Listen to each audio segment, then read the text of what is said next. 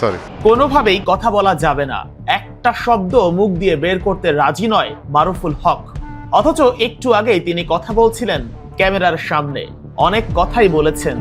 আবাহনীর মতো ঐতিহ্যবাহী টিম নিয়ে পিডব্লিউজি এর মতো নয়া দলের কাছে হেরেছেন, সেই হার নিয়েও কথা বলতে আপত্তি ছিল না তার।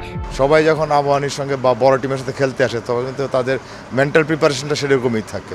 তো বসুন্ধরা ছাড়া বাকি তিনটা ওরাও ওইভাবেই আসবে, কারণ ওই তিনটা টিম তাদের রেলিগেশন ফ্যাটের জন্য খেলছে।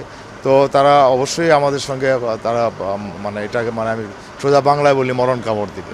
ম্যাচ শেষ হয়েছে মাত্রই, হারের কারণ নিয়ে নানা প্রশ্নের উত্তরও দিয়েছেন। তাহলে কোন প্রশ্নে হঠাৎ ইন্টারভিউ দেয়ায় থামিয়ে দিলেন মারুফুল হক? সরি বাফুফে হঠাৎ করে আগের দিন ঘোষণা করেছে মারুফুল হক বাংলাদেশ অনূর্ধ্ব 23 দলের কোচ। তার আন্ডারে মালদ্বীপে 4 জাতির টুর্নামেন্ট খেলবে জামালদের জুনিয়ররা। কোনো টু শব্দ ছাড়াই তাকে করা হয়েছে কোচ।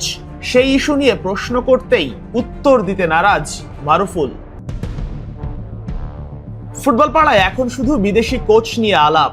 হামজা সমিতদের কোচ হতে ইউরোপ, আমেরিকা, ব্রাজিল, আর্জেন্টিনা থেকে ছুটে আসছেন হাই প্রোফাইল সব ম্যানেজাররা।